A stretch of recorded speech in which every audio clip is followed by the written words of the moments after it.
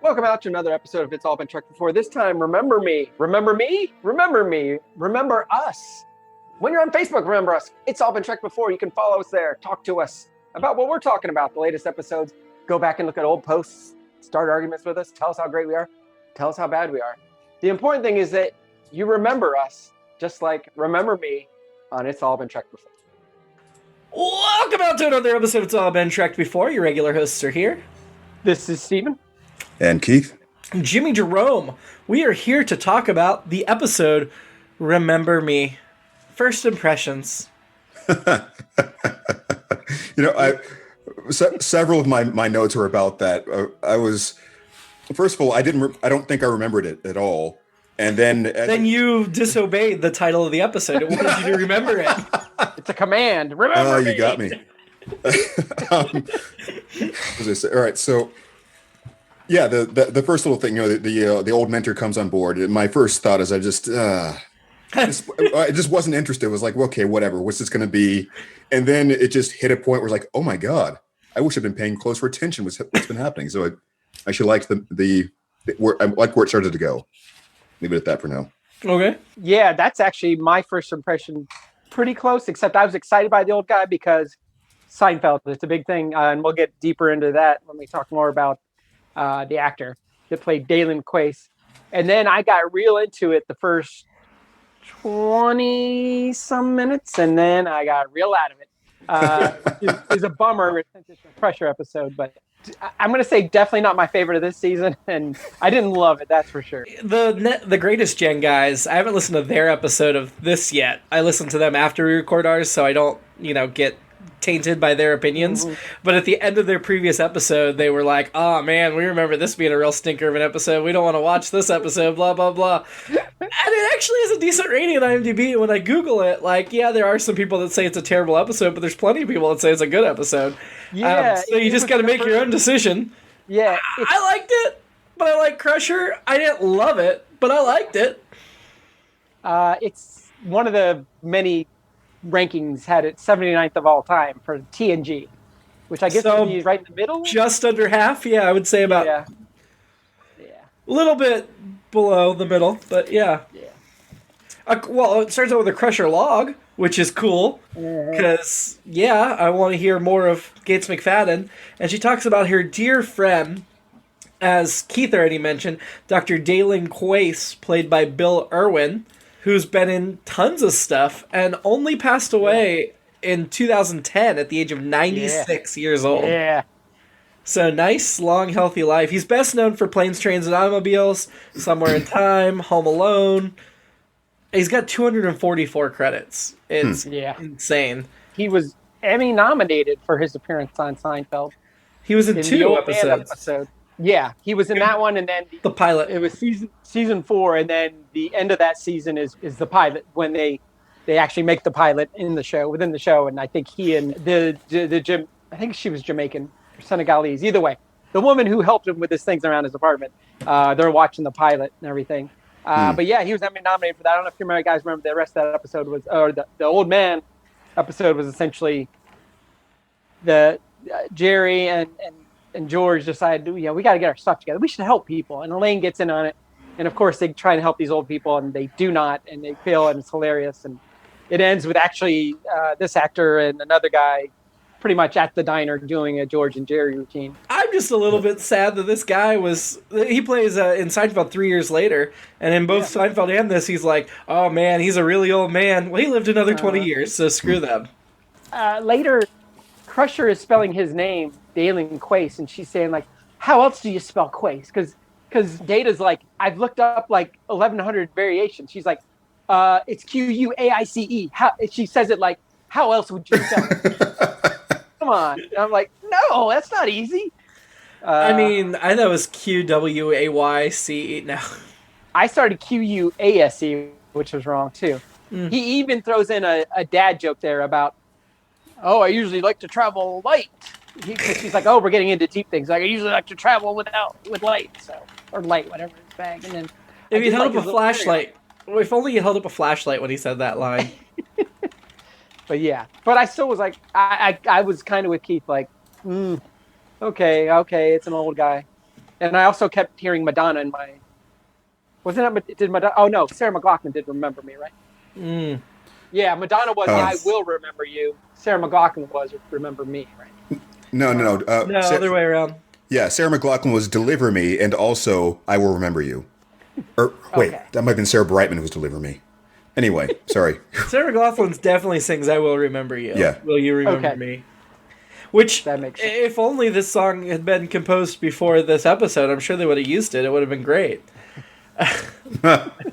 There's my alternate episode. I didn't have one. Dr. Crusher, as everything's coming down, we hear her, "I will remember you." I'll remember was the Madonna song. And Sued. We're just. It was the Badoop Badoops that put us over, wasn't it? Yeah. I was going to say, also during the first impression segment, I thought, and the part of the Commodore today will be played by, and because I thought it was going to be something like that, and no, it was something. He was barely in the episode. Yeah. Poor guy. Just to go back to the opening, one other good thing, I thought the opening shots were real cool of the space dock. I don't know if those were old or new, but they look cool. I wrote that down. The tunnel shot with the docking platform was really neat. Although they mentioned that he was serving on the starbase and he still beamed on and off. And when they were looking for him, they only checked the transporter logs. So what's the purpose of the umbilical tunnel if the people on the space station aren't actually using it? Right. That's good. Just for supplies? He had a hard time walking, and I mean, I understand why he might beam, but when they're looking to see if maybe he got off the ship, you'd think they'd want to check who went out the dock as well, not just the transporter. Speaking of when they're looking for him, they say sensors don't detect dead people. I wrote that down too. I feel like we've talked about it before, because I feel like sensors before have picked up dead people. I think most of the time they don't. They just pick up life signs. But I feel like when it's been convenient for the plot, they do pick up dead people. Yeah. But I like the Worf and Data exchange and the search. Like, they just went with it. Like, they're trusting Crusher. They're just going to look. Yeah. Before that, though, Geordi is so mean to Wesley. Yeah. So mean. Like, I have to assume Wesley's been down there all day and has just gotten in Geordi's hair constantly to get Geordi to this point where he's like, just finish up, get out of here, I'm done. I need my engine back. It was my note about it was it seemed almost like an advancement of the characterization in the sense that it seemed like they were more like equals at that point. The way they were kind of bantering back and forth. It was, they were getting testy and so forth. But I mean, it seemed a little out of character, but in the way that it's like we are further ahead in the relationship somehow. I do want to mention this was directed by Cliff Bull, who we've talked about plenty of times, one of our regulars, and I thought he made a really cool choice here. I'm assuming it's his choice. I don't know for sure it was. But the way they revealed Crusher was missing was they had like tight shot on Wesley, tight shot on Geordi, and then Geordi crosses the set to Wesley, and that's the first time you really notice she's gone. Because they're doing the tight shots, and then all of a sudden, instead of just giving you a wide shot, you're following Geordi crossing. I thought that was pretty cool. I missed that. Though it takes Wesley a moment to notice his mom's gone, but I guess that's not unusual for a young man. Literally, if you blinked, you missed it. We didn't see her disappear, and because there wasn't a shot on where she was standing until Geordi crossed, it wasn't super obvious, which makes you think in the next scene when you see her going to Dr. Quase's quarters that she just got tired of waiting on Wesley or thought she was, getting in the way and decided to leave. And so it takes you a few minutes to realize what's going on, that she's the one missing, even though you kind of get an inkling if you're familiar with sci-fi and, from decades looking back. I thought I noticed the flash, and then I was like, which also made me go, oh boy. And then when I saw her a few seconds later, I was like, oh, okay, maybe it's okay. And then obviously it wasn't. Right. But but that said, I really liked the build. I don't know at what point I went from, oh, I'm really into this to I'm no longer into this. Like when the mystery was building early on, I was kind of into it because it kind of have a Tholian web feel to it. I also thought this was a bad idea, but I thought, is this a holodeck thing gone bad? Because it's always a possibility. The other one I thought of, going back to TOS, was the Mark of Gideon. If you guys remember that one, where Kirk beams down into a replica of the Enterprise, and there's just the one girl there, and they want him to Oh, what was it they wanted him to do? Where all the green faces are staring in the window. Yeah, which is another one that starts out with a great mystery. That's another one that starts out with a great mystery, and then it's like, oh, you should have kept building the mystery. Speaking of Sarah McLachlan, you should have kept building the mystery, because as soon as they stopped, I was done. I'm pretty sure there's a Voyager episode where the ship is slowly melting away, and that's what this reminded me of. Like, you've got this finite time. Mm-hmm. You definitely have an actual ticking clock, which is always adds a little bit of urgency to it. Yeah, well, and even when they sell her, well, this ship only has a complement of 230. At that point, I was like, I felt like a Fight Club kind of like, oh, okay, we're going sideways here. Then now you get more interested, mm-hmm. and then we'll probably find where I stop being interested as we go through it. Having missed that transition, I had no idea what was going on there. I didn't know that there was supposed to be some sort of separation between her and maybe another version of the ship. So I was still invested in the mystery up until the point where it seemed to be explained. And then once I understood that she was in some kind of alternate thing, I was less interested. I think maybe that's part of it, because it's just once you get that essence of it, it's sort of like, okay, well, all right. I actually feel a little fortunate that I was still wondering about the countdown. So I think it led me to ask a lot of questions that I wouldn't have asked otherwise. So when they first start giving you lower numbers, I was thinking it was another Yesterday's Enterprise situation where you shifted into a totally alternate dimension. I didn't realize it was shrinking. Like Keith, I didn't remember this episode. I don't think I've seen it until now. So this was... I'm trying to forget it. No, I'm not. I liked it. I mean, I like Crusher, though. Like I said, it's not at the top of my favorites list, but I was entertained by the mystery. We'll keep going down here. We'll figure out where Steven lost. O'Brien remembers Crusher being alone, which made me want to go back and watch that scene, because the exchange he says about, like, she's looking around and then he says, "Can I help you?" And she says no and leaves or whatever. I feel like that's what we kind of... That dialogue? Was that dialogue in the episode? I think it was. Just in a different context. I liked how mad she got at him. I liked that she was so fired up at him, which makes sense. She said, "Thank you." It's like, no, thank you. Yeah. Something like that. This episode also made me think of the conversation we had about the Twilight, the 20,000 feet above, Terror from 20,000 feet above episodes of Twilight Zone, where, especially the Shatner one, where he's the guy's like, this is going on and no one's listening to him. Is he losing his mind, or are they losing their minds? So I like that. I like that aspect of it for a while too. It took me a minute to figure out that Crusher had been displaced and that the ship as a whole wasn't being affected. Yeah. I think that would take away from some of the things I appreciated, which was her interactions with this warp bubble crew, because of trying to convince them of something like that. And they seem to be behaving, I thought, reasonably under the circumstances. I mean, I feel like that kind of takes away from it in retrospect, the idea of what their characters were like, because there's the missing piece for it as I was going through it, though, was how do you get your head around what the people would actually be able to remember, like short-term and long-term, to say, okay, I trust you because we've been through all this. Like, what would they remember having gone through if the people that were involved had been displaced? Somehow they were being wiped from existence.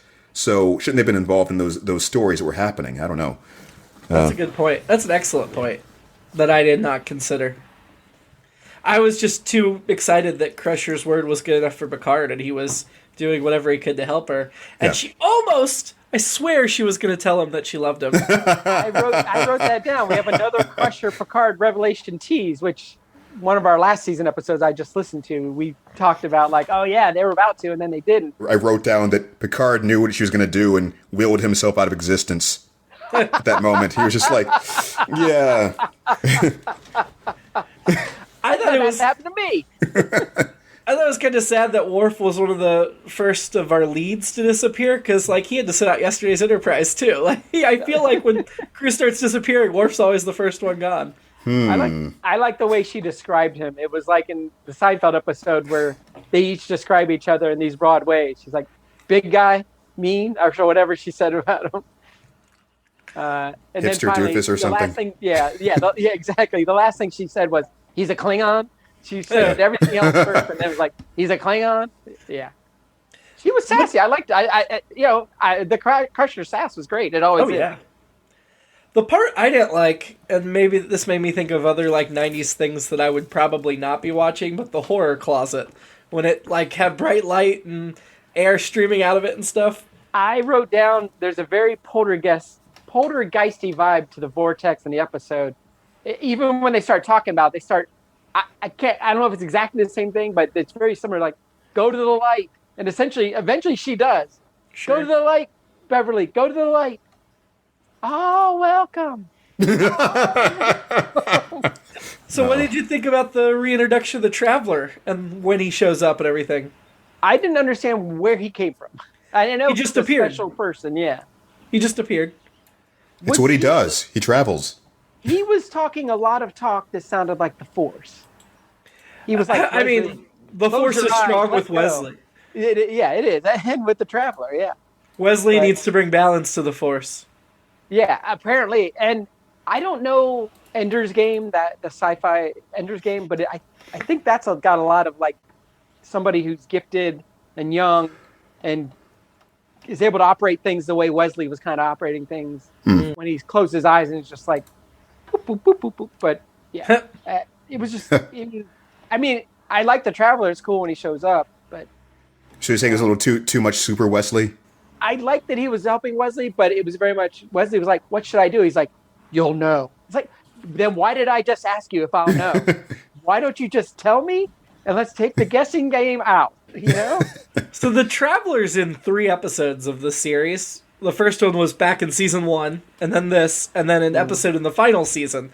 And I remember very distinctly the episode in the final season, and for some reason, I thought that was when Wesley left the show as a lead character, was that episode in the final season. Uh-huh. But I'm looking, and Wesley has a bunch of episodes between now and then. Not a bunch, but a handful of episodes between now and then.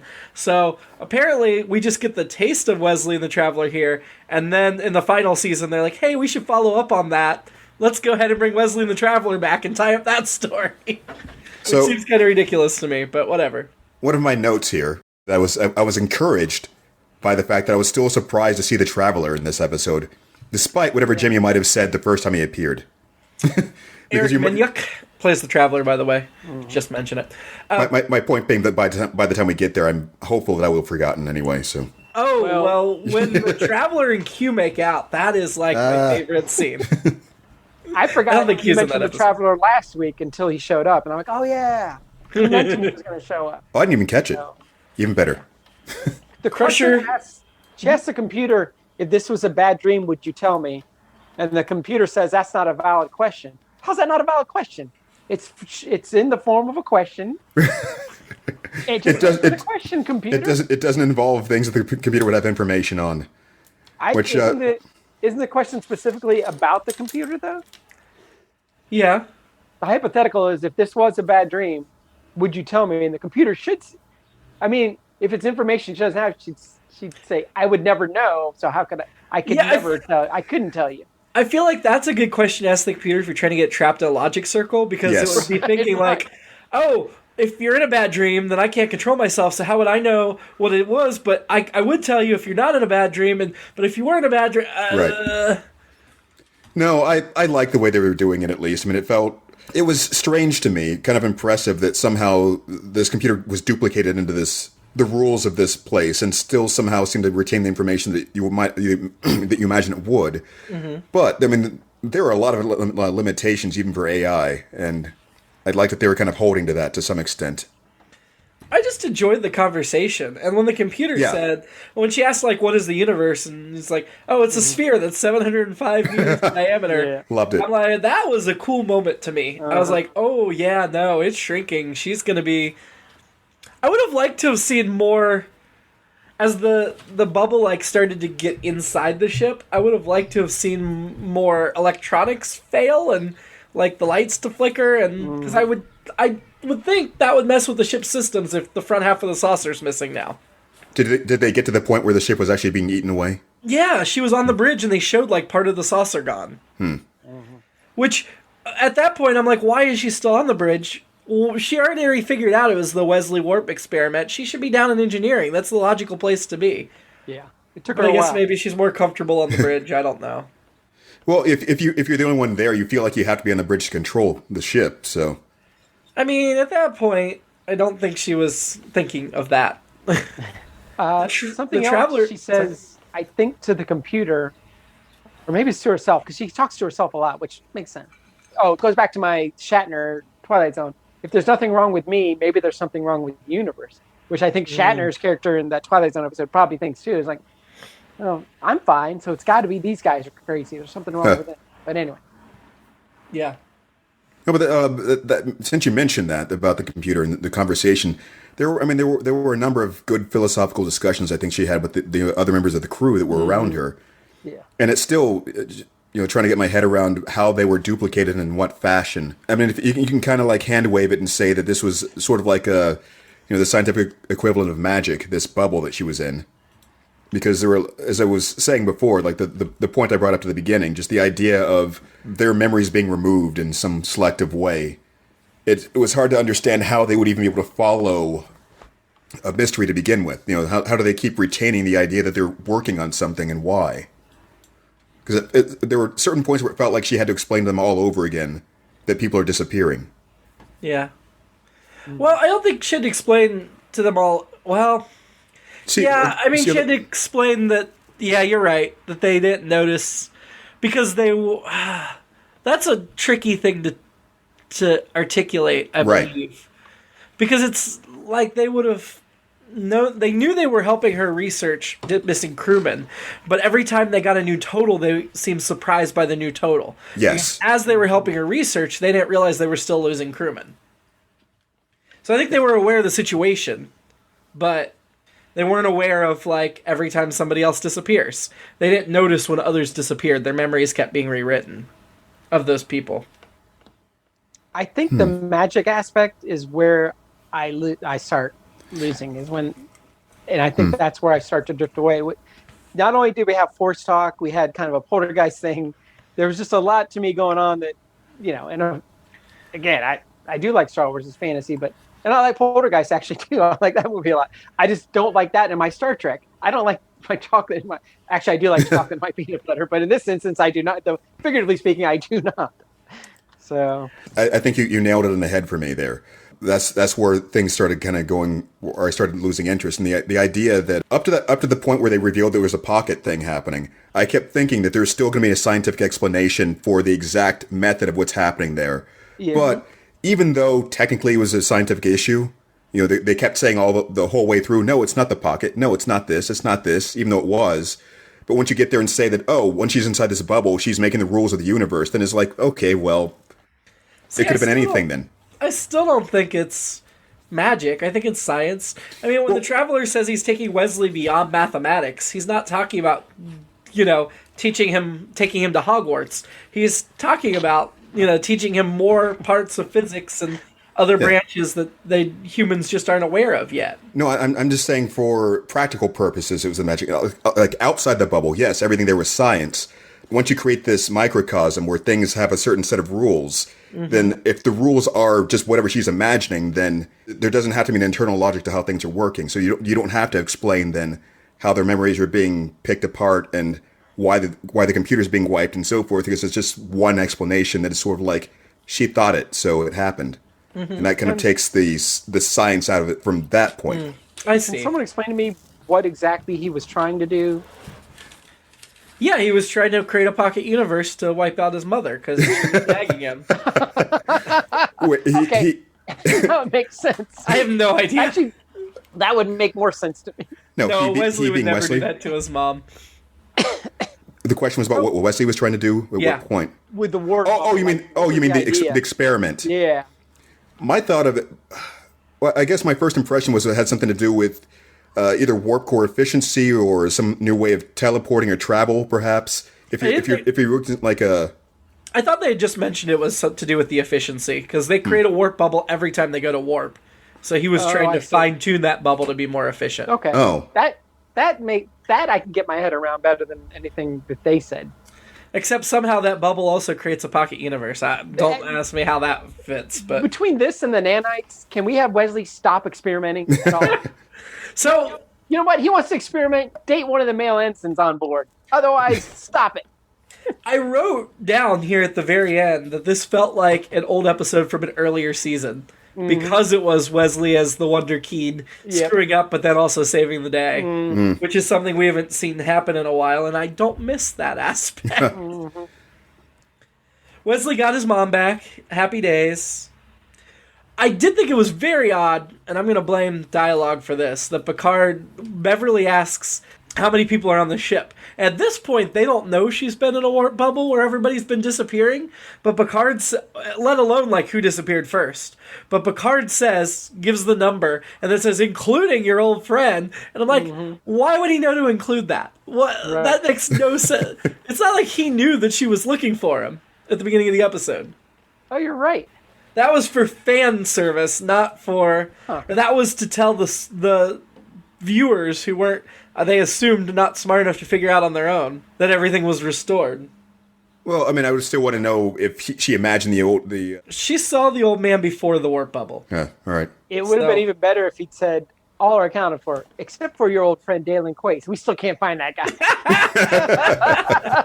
That would have been equally nonsensical. That's the Twilight Zone. That would have been equal. When they had to go back to right where the ship had been to find the pocket, that made sense to me because it's shrinking from where it was. Yeah. But they reused the shot of the umbilical attached to the ship, and they're rushing back to just solve this pocket thing. Why are they reattaching the umbilical? There's no reason for the umbilical to be reattached at that point. That's a good point. Yeah, I think it was just a money-saving thing, but they shouldn't have reused the shot. Money savers, you've done it again. Nowadays, it would be an easy thing to click on the computer and make the umbilical disappear, but back in those days, everything was practical. I had just a couple of wacky ones, I think.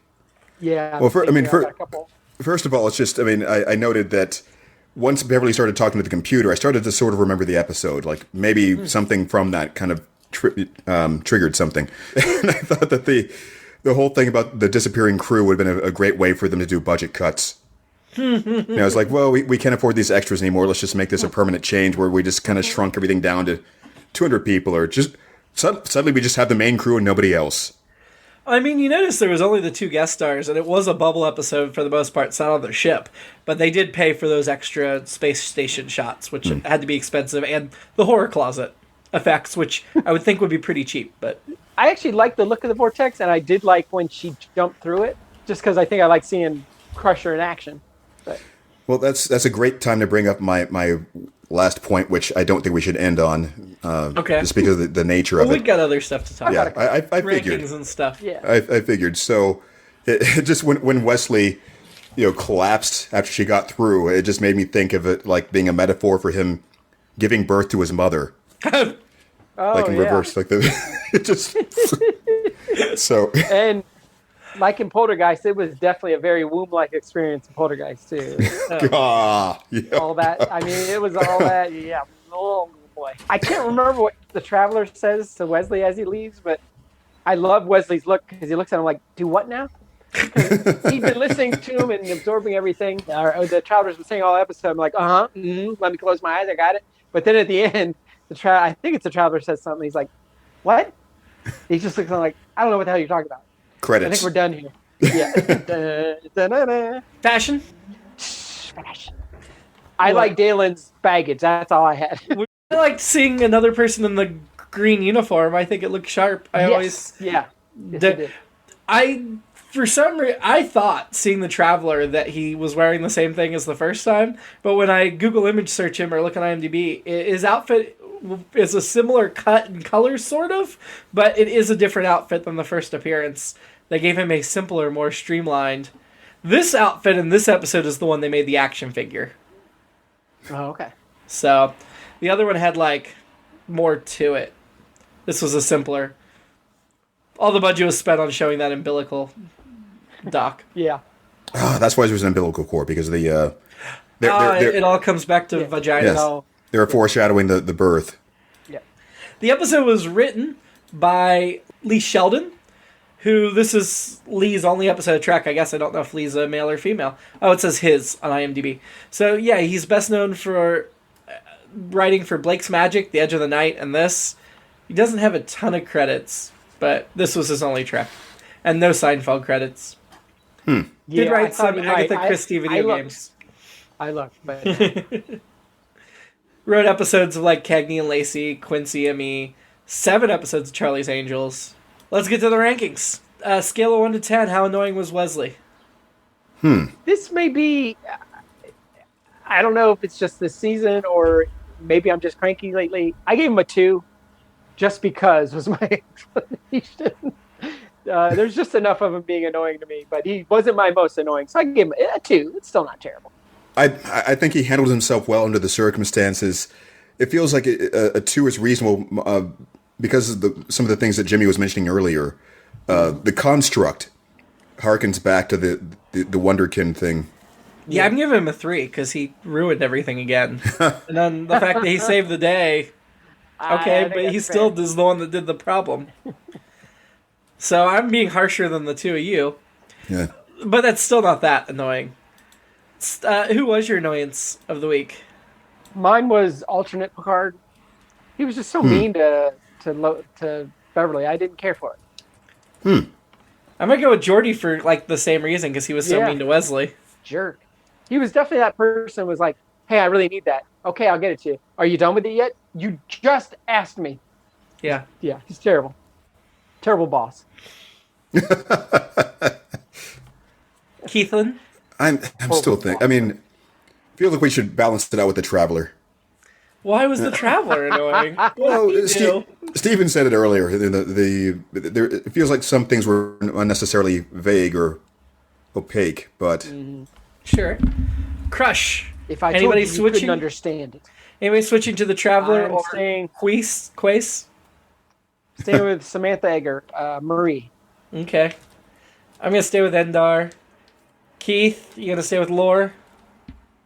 yeah. I'm sorry. I was briefly considering changing the annoyance to Quace for having that last name. And trying to spell it, But I'm annoyed with Worf because he disappeared. yeah. I'm kidding. Okay, ranking the episode. Oh, I had an alternate episode. Sorry. Oh, sorry. Go ahead.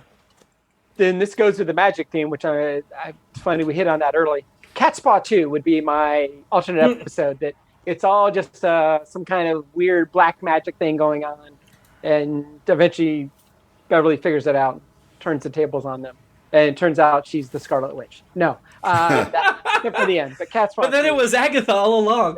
That's right. Agatha made Wesley create the warp bubble. So yeah, Catspaw 2.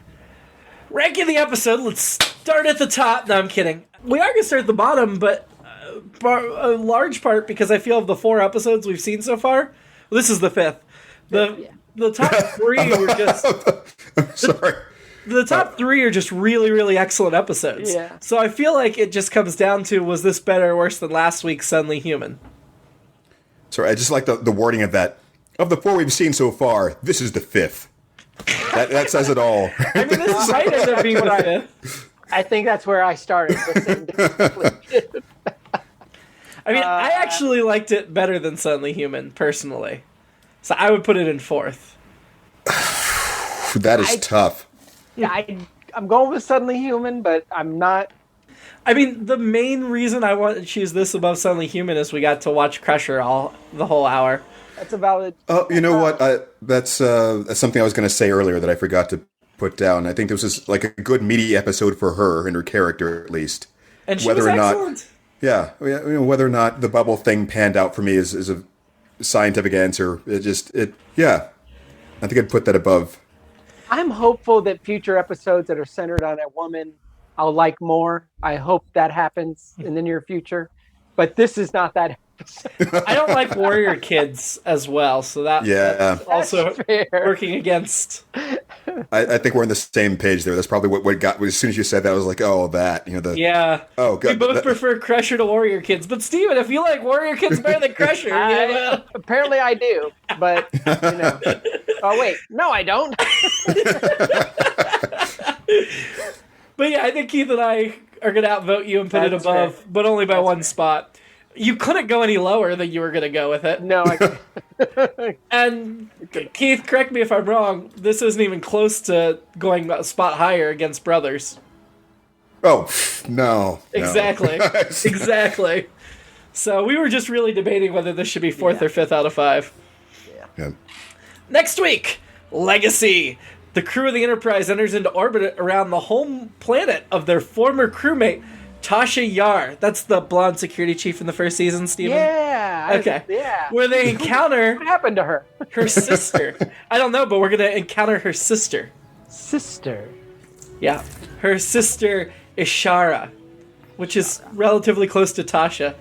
But anyway. Until next week, live long. Remember and prosper. Me. Remember me. Oh. Remember me and prosper. Don't get caught in any warp bubbles.